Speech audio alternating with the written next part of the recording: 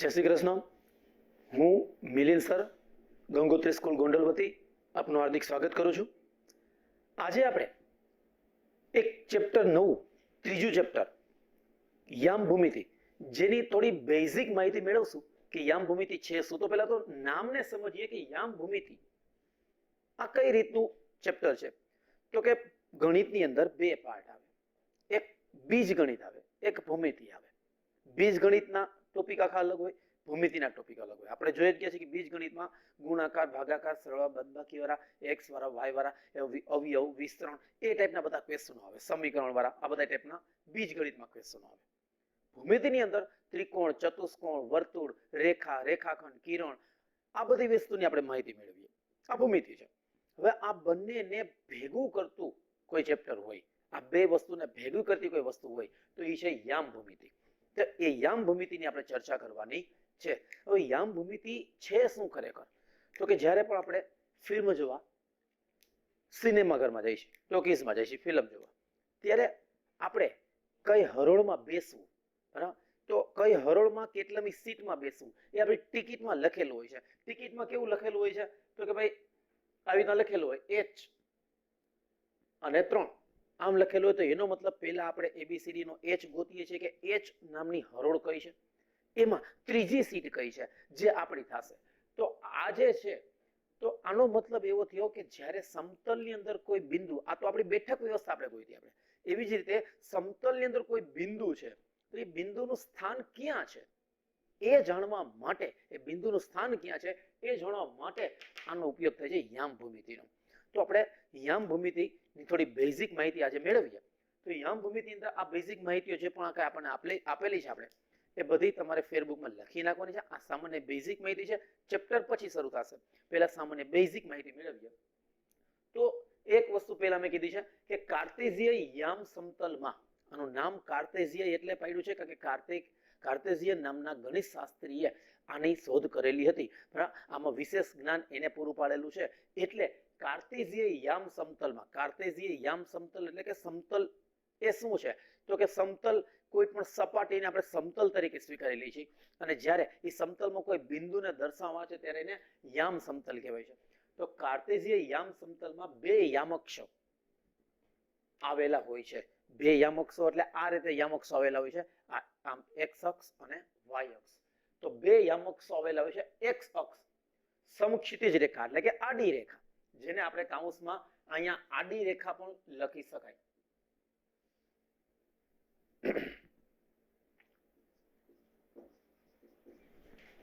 અને વાય અક્ષ એટલે શિરોલંબ રેખા એટલે ઊભી રેખા.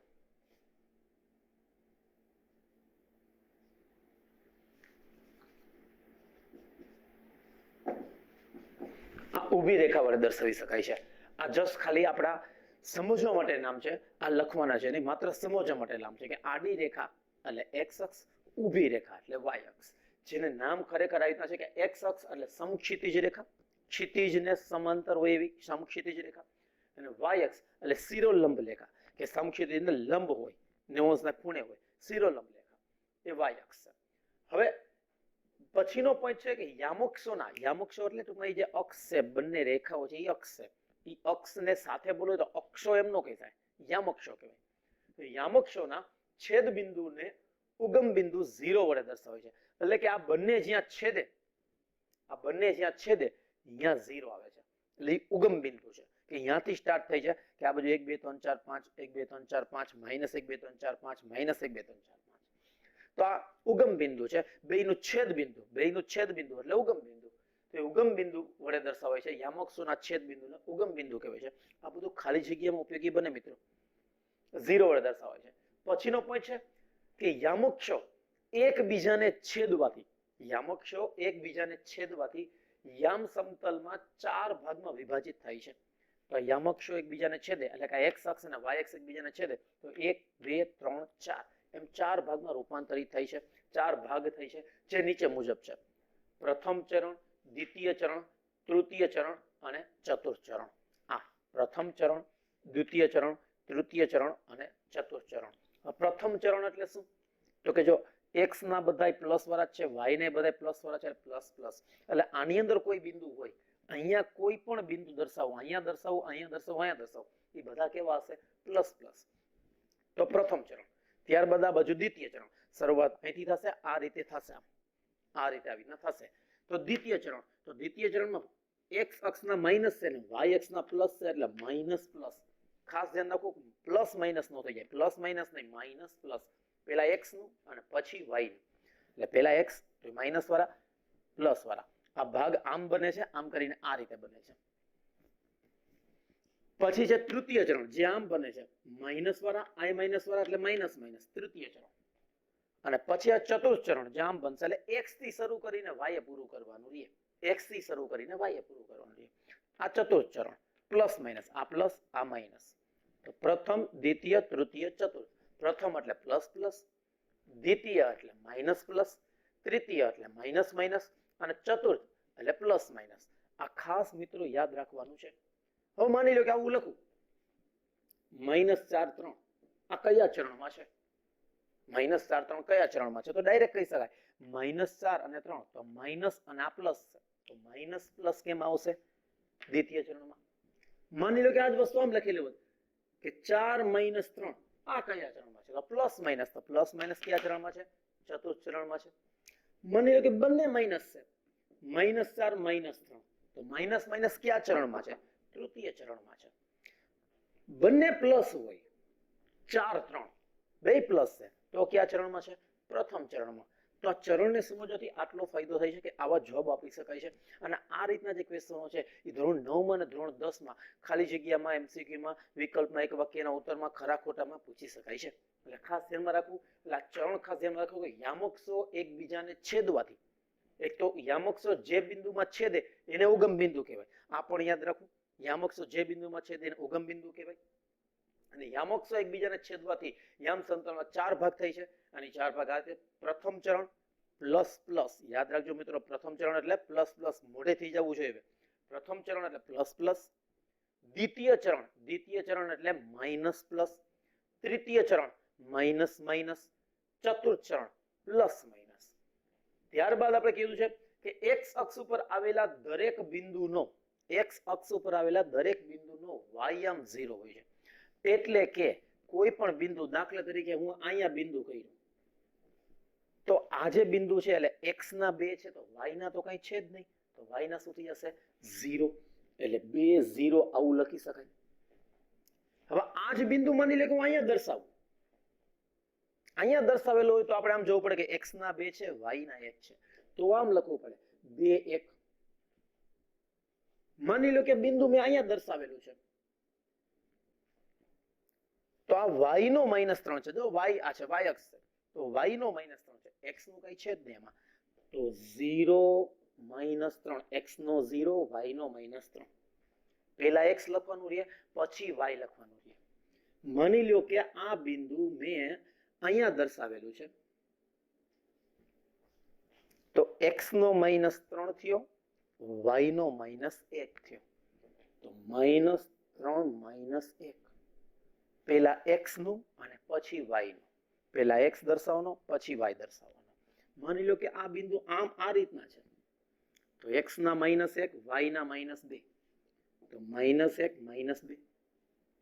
આ રીતે કોઈ પણ જગ્યાએ હોય, અહીંયા દર્શાવેલું છે કોઈ બિંદુ અહીંયા, તો આનો મતલબ એવો થયો કે -5 પછી x ના -5 છે, y નો છે તો y નો 0, તો -5 0. એટલે આમાં કીધું છે કે x અક્ષ ઉપર આવેલ દરેક બિંદુનો યામ 0 0 હોય છે. એટલે x ઉપર આવેલ દરેક બિંદુનો y-યામ 0 હોય છે. તો x અક્ષ ઉપર કોઈ પણ બિંદુ હોય, આની ઉપર કોઈ પણ બિંદુ અહીંયા હોય, અહીંયા હોય, અહીંયા હોય, અહીંયા હોય, અહીંયા હોય, અહીંયા કોઈ પણ જગ્યાએ હોય, તો એનો y-યામ હંમેશા કેવો હોય છે? 0. એવી જ રીતે y-યામ ઉપર કોઈ બિંદુ હોય, y અક્ષ ઉપર કોઈ બિંદુ હોય, તો એનો x-યામ 0 હોય છે. એટલે કે આમ બિંદુ કરું અહીંયા 3, તો પછી x નો 0 અને y નો કેટલો છે? 3. અહીંયા બિંદુ હોય તો x નો 0 અને y નો કેટલો છે? -4. તો આ રીતે મિત્રો દર્શાવી શકાય છે. તો આ બંને નિયમ હોય છે કે x અક્ષ ઉપર આવેલા દરેક બિંદુનો y-યામ 0 હોય છે, y અક્ષ ઉપર આવેલા દરેક બિંદુનો x-યામ 0 હોય છે. ત્યારબાદ બિંદુના x-યામને કોટી, બિંદુના એક્સ યામને કોટી કહેવાય છે. એટલે કે આ રીતે લખેલું હોય કે આ 3 4 તો આ એક્સ યામ કહેવાય, આ જે છે એ વાય યામ કહેવાય. તો આમાં કોટી કોણ છે તો કે 3, એટલે એક્સ યામને કોટી અને વાય યામને ભુજ કહે છે. એટલે વાય આને ભુજ કહેવાય, આને શું કહેવાય? કોટી. તો આને કોટી અને આને ભુજ. તો આને કોટી કહેવાય છે અને આને શું કહેવાય છે? ભુજ કહેવાય છે. તો મિત્રો આ રીતે ખાસ આની બેઝિક માહિતી છે.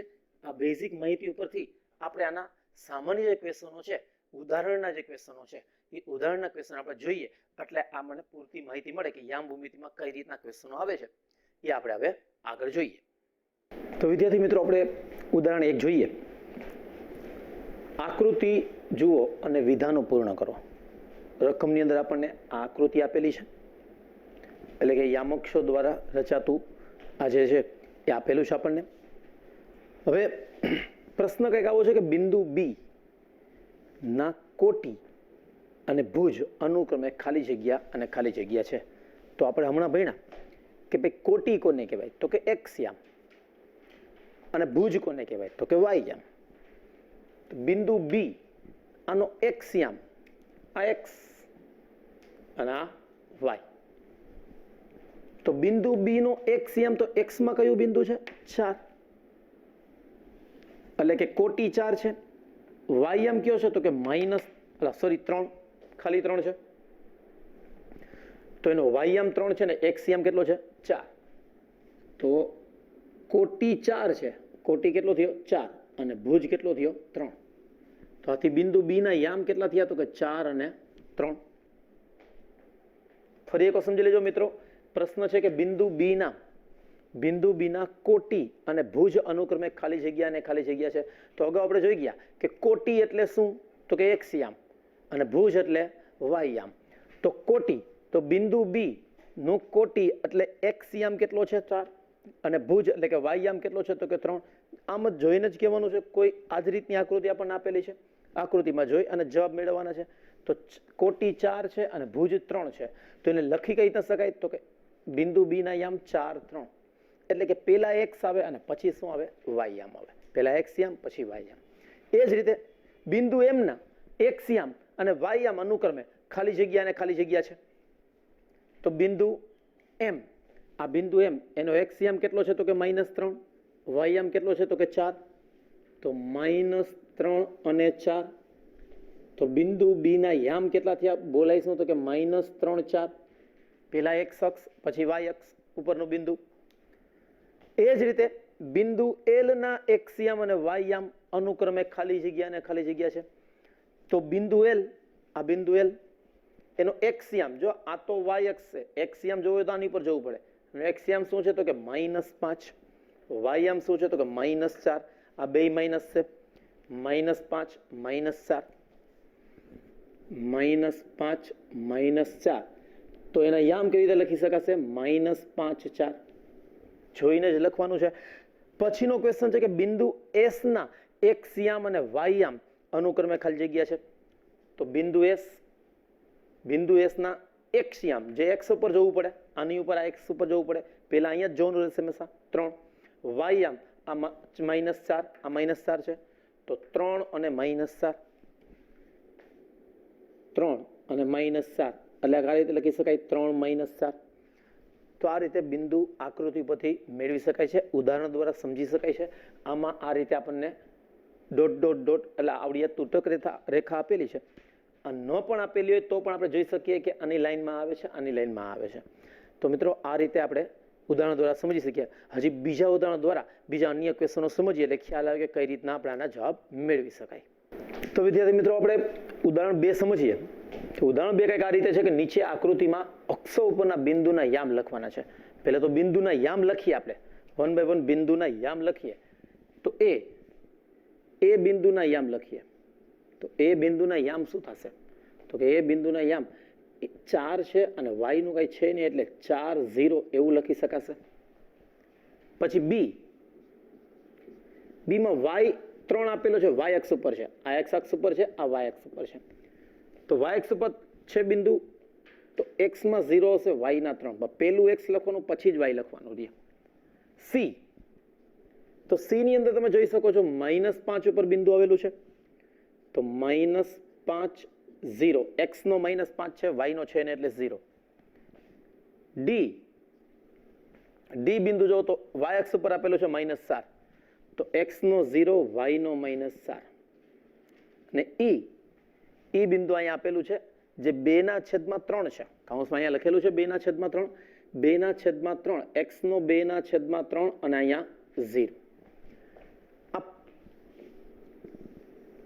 જે કીધો છે એ ક્વેશ્ચનનો જવાબ આપ્યો.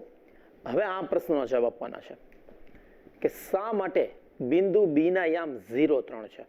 આ દરેકના જવાબ મિત્રો જોશો કે શા માટે બિંદુ બી ના યામ 0 છે. તો બિંદુ બી ના યામ 0, 3 શા માટે છે?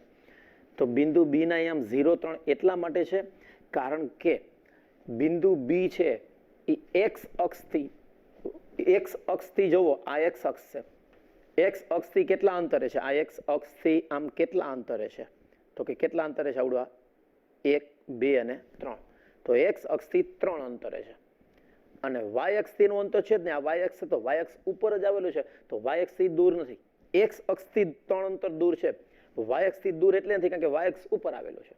તો આપણે ખાલી એટલું જ લખવાનું છે કે બિંદુ બી વાય અક્ષથી 0 અંતરે અને એક્સ અક્ષથી 3 અંતરે છે, તેથી એના યામ 0, 3 છે. બીજો સેમ ક્વેશ્ચન એ જ રીતનો છે કે શા માટે બિંદુ સી ના યામ -5 0 છે? આ -5 0 શા માટે આના યામ છે? તો તમે જુઓ કે એક્સ અક્ષથી અંતર કેવું છે? તો એક્સ અક્ષ ઉપર તો આવેલું છે એટલે એક્સ અક્ષથી અંતર કેવું છે? 0. તો વાય અક્ષથી અંતર તમે જુઓ, વાય અક્ષ, આ વાય અક્ષ છે, તો વાય અક્ષથી કેટલું દૂર છે? તો 5 એકમ દૂર કહેવાય. 1, 2, 3, 4, 5. તો 5 એકમ દૂર છે. એટલે એક્સ અક્ષ ઉપર તો આવેલું છે એટલે એક્સ અક્ષથી અંતર તો છે નહીં.